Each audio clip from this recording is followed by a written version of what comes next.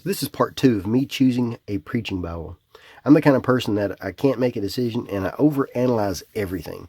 So I wanted to go through the process of choosing one to help anyone else that might have the same issue that I do. So we have an embarrassment of riches too. And we do have a lot of good choices. So I wanted to go through and just look at some of the choices that are out there and see what works and what doesn't. And I'm splitting hairs. I really am. A lot of these Bibles are going to work anyway. It's just that I want to pick the right Bible. And not everyone can have a lot of Bibles to choose from, and they want to pick the right Bible too. So this hopefully will be helpful for that.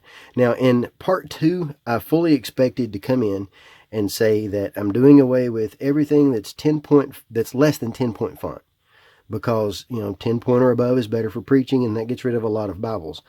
But I kept going back thinking that there's a lot of Bibles that do look really good, and I've preached from them before, like a Cameo. And here's the KJV Minister's Bible from Thomas Nelson, and it looks really nice. And there's a lot of other good choices.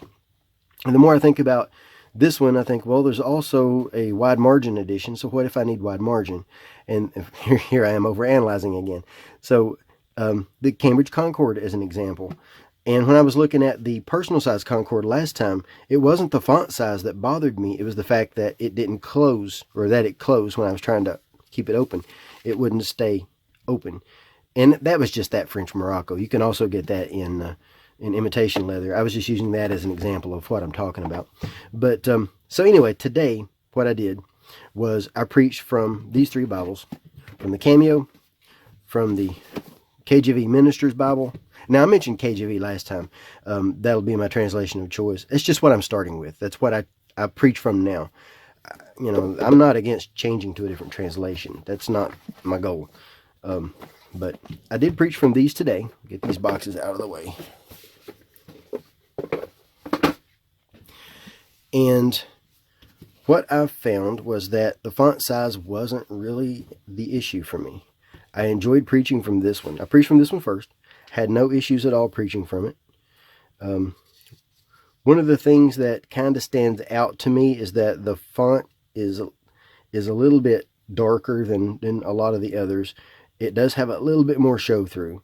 I'm not so worried about how thin the paper is. I'm worried about how much it shows through. So, I've seen thick paper that has more show through than thin paper. So it just depends on what it is. I want something that's easy to read at a distance, and I want something that just looks, inviting. One thing I've noticed when I was using this one is that I tended to bend over to draw closer to the text. So that tells me that it is a little bit on the small side. That's okay, but if I don't have to do that, it's better. One thing I noticed about this one, I kept being drawn to this one. I used this one for a few minutes. I used the Cameo for a few minutes, and then went to the KJV Minister's Bible. I kept being drawn back to this one, so I kept using it. Actually preached most of the sermon with this one, and I didn't really feel like a need to change to something else. One thing I've noticed about it, though, is not necessarily the font size that stands out to me, but the amount of white space around the font.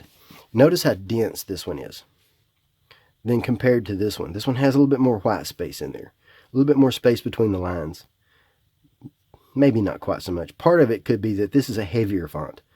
This is a thinner font, but it's still dark. I still like a dark font.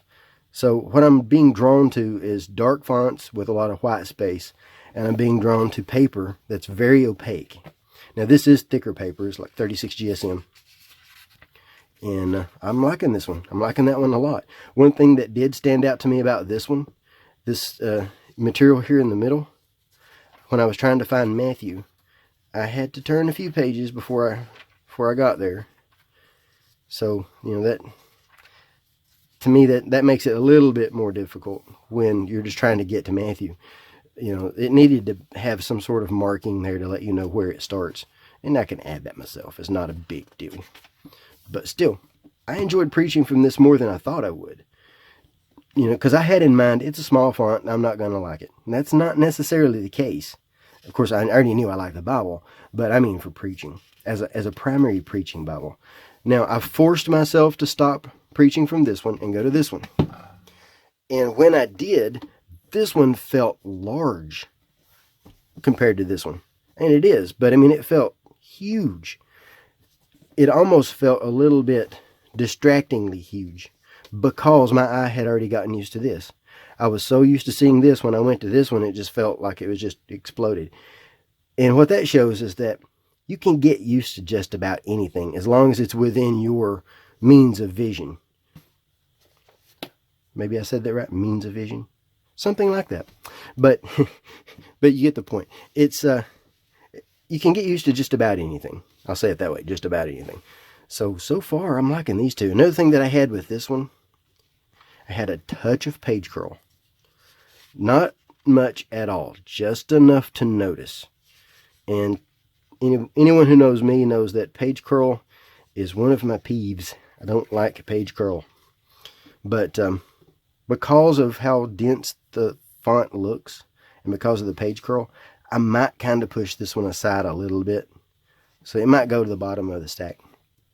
And now I'm going to have to create a maybe stack, which I was hoping I wouldn't have to do. But I'm going to put this one in the maybe stack. I'm going to try it a couple more times before I make a decision. But so far, these two are still really high on my list. I'm still liking this one. I like how thick the paper is. I like how dark the font is. I like how opaque the paper is. Now, all the other material, I'm not so worried about what else it has. If I'm not going to use this as my primary Bible, then it doesn't need maps, concordance, references, or any other helps and tools.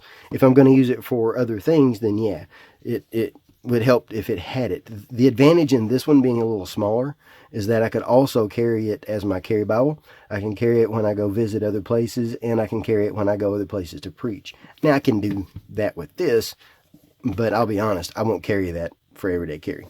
I won't. I'm more likely to carry this because I like to carry small Bibles. So these two right now are really high on my list. This one is still the top of my list, with this one going into the maybe pile, the maybe stack, which I was hoping not to have to make, but I'm liking this one a little bit more than I expected to, actually. A little bit more. Now, it can have all the other tools and things. It doesn't have to. If a Bible has maps, concordance, and other tools, it's not going to stop me from using it. I'm just saying it doesn't have to have it.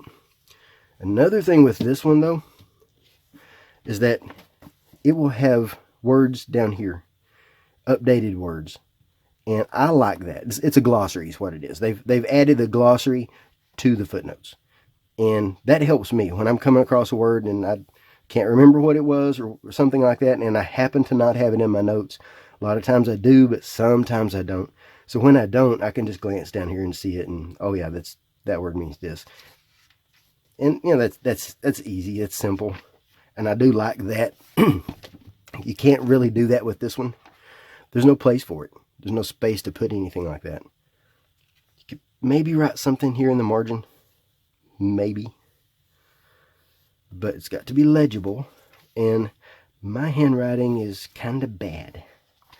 Kind of bad, but it's worth trying. You maybe even be able to get it here. But so far, these are my two top choices. I'm not going to make any quick decisions, and I'm also not going to just put something in a pile and forget about it. I'm going to try it one more time, a couple more times. But anyway, that's where I'm at right now. So part 3, I will try a few more Bibles. I will try some different font sizes, different covers. I'm not worried about the cover material. For example, this one is imitation leather. I don't care. It's fine. Now, this one is a little bit stiff. I did have to fight with it a little bit because I was reading back here in 1 John. And when that happened, I did have to hold it a little bit. But I know this one will break in with more use. So I'm not so worried about that. And this one does have maps. Cool. So I'm not so worried about the fact that it doesn't close or doesn't stay open completely right now. It will stay open with enough use. The one that I was showing in the other video, I have used it for years and it just won't stay open. So that's a difference too. Also, this one is available in Edgeline like this one. This is the KJV Preaching Bible, with edge-line leather. This one is available in this cover. I don't know about color, but it is available in edge-lined.